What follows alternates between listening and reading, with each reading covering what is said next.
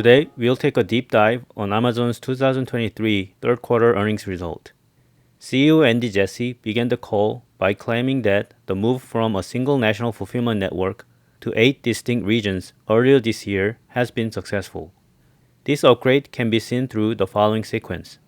First, regional fulfillment clusters with higher local in-stock levels and optimized connections between fulfillment centers and delivery stations led to shorter distances and fewer touches in every delivery, which resulted in not only lower costs but also faster shipments to customers.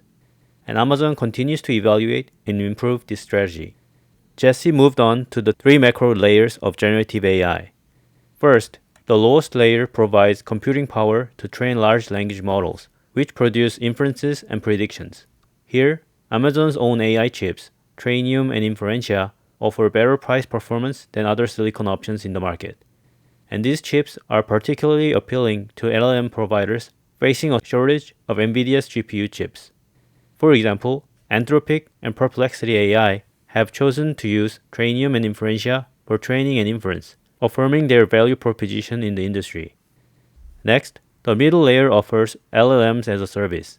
This is available through Amazon Bedrock, which gives access to LLM from third-party providers like Anthropic, Stability AI, Cohere, and AI21, as well as Amazon's LLM called Titan.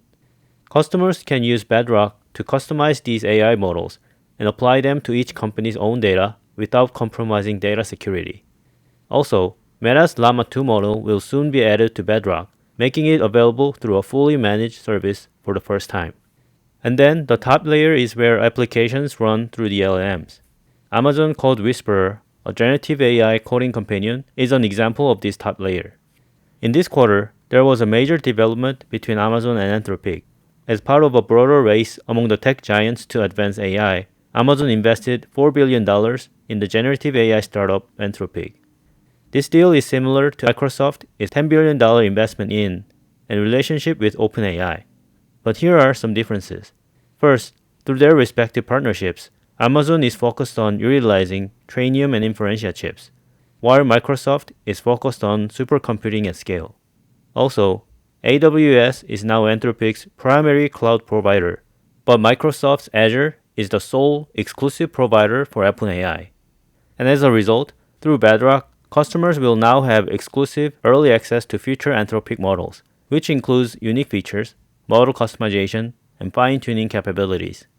In addition, Bedrock has introduced several new features, one of which is the ability to create agents that can be programmed to perform tasks, such as answering questions or automating workflows.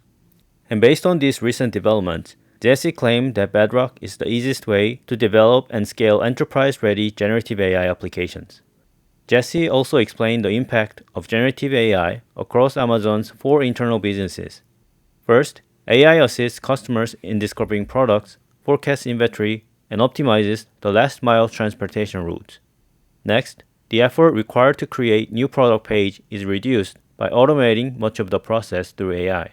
And Amazon launched AI image generation tool in which brands can simply upload a product photo and description to automatically create unique lifestyle images. Lastly, Amazon introduced a more expansive LLM, enhancing their conversational capabilities. And these improvements allow Alexa to handle multiple requests simultaneously and respond to more natural and conversational requests without specific phrases. Moving on to Prime Video, this streaming service remains a significant part of Amazon's Prime value proposition to customers, often one of the top 2 reasons people sign up. And Amazon is increasingly confident in Prime Video's potential to become a larger and profitable business. Exclusive content for Prime members will be available through a vast selection of premium streaming video content through their marketplace, including channels like Max, Paramount Plus, and MGM Plus, as well as transaction video on demand options. Beginning in early 2024, Prime Video will include limited advertisements with the intention of having significantly fewer ads than traditional linear TV and other streaming providers. Also, an ad-free option will be available for an additional $2.99 per month for US customers. In the e-commerce space, results in the US and abroad are all positive, and sellers can now integrate Buy with Prime with their Shopify accounts. simplifying inventory, pricing, and promotion management. In the beginning, some people consider Shopify to be an Amazon killer, but this seems less and less likely. Supply Chain by Amazon is another initiative that offers fully automated supply chain services, streamlining inventory management, customs clearance, ground transportation, and direct customer delivery for sellers, reducing the need for them to manage their supply chain. And regarding healthcare, Amazon Pharmacy's customer experience has undergone significant improvements this year, resulting in positive responses from customers both in purchasing behavior and qualitative feedback. Furthermore, Amazon introduced RX Pass, allowing customers to access an unlimited supply of eligible medications for $5 per month, and thereby reducing the cost of insulin and diabetes products. Finally, Project Kuiper, Amazon's low Earth orbit satellite initiative, took a meaningful step forward with the successful launch of 2 prototype satellites, as they will be used to test the satellite network from space and collect data before planned satellite production begins later in the year. It looks like we'll be hearing more and more about this satellite business in the coming future. Now, let's see Amazon's 2023 third quarter financial performance. Starting with the total net sales, it was $143.1 billion, which is up 13% year over year. Dividing this by segment, North American and international segments showed robust growth with year-over-year increase of 11% and 16% respectively. And AWS revenue was $23.1 billion, up 12% year-over-year. And this was lower growth compared to Microsoft and Google's more than 20% growth in their cloud businesses. Amazon's total revenue was divided into the following business segments. First, online store revenue was $57.3 billion, up 7% year-over-year. Physical store revenue was $5 billion, up 6%. Third-party services was $34.3 billion, up an impressive 20%. Subscription services was $10.2 billion, up 14%. Advertising services revenue was $12 billion, up 26% year-over-year. And AWS revenue was $23 billion, up just 12%. The only year-over-year decrease was in the other revenue of $1.2 billion, which is down 3%. Next, R&D is embedded in technology and infrastructure expense, and this was $21.2 billion, up 9% year-over-year. And its total cost as a percentage of total revenue decreased slightly from 15.3% a year ago to 14.8% this quarter. As a result, the total operating income was $11.2 billion, up significantly from just $2.5 billion a year ago. If we divide the operating income by 3 segments, North America produced $4.3 billion of EBIT, up from a loss of $412 million a year ago. International operating loss was $95 million, reduced from the heavy loss of $2.5 billion a year ago. And AWS's operating income was $7 billion, up from $5.4 billion last year. So all 3 segments showed positive results, with the e-commerce in North America showing the most dramatic turnaround. CapEx was $11.3 billion, down from $15 billion a year ago, thanks to high investments in extra capacity for its fulfillment network in recent years. Net cash provided by operations was $21.2 billion, up 86% year-over-year. As a result, Amazon's free cash flow on trailing 12-month basis was positive for the second consecutive quarter, amounting to $21.4 billion. It recovered from a negative $19.7 billion in the previous year and even increased by 30% from last quarter. Moving on, the Q&A section can be divided into 3 main topics. First, the main drivers of AWS's margin increase of a 600 basis point quarter-over-quarter were headcount reductions in second quarter and ongoing caution in hiring. Other control measures were also implemented in non-personnel categories, including infrastructure costs and discretionary expenses, and a reduction in natural gas prices and other energy costs helped. Next, regarding the timing of generative AI monetization, management claimed that the presence of AI has been growing rapidly at Amazon. However, various companies are still in relatively early stages of AI adoption. Before deciding what to run at large-scale models, they are actively experimenting with different types of models and sizes for various use cases, looking for the right balance between cost and latency for their applications. But Amazon Bedrock provides exactly this, through its flexibility of services, allowing for the use of various third-party models in different sizes, and simplifying the transition between different workloads.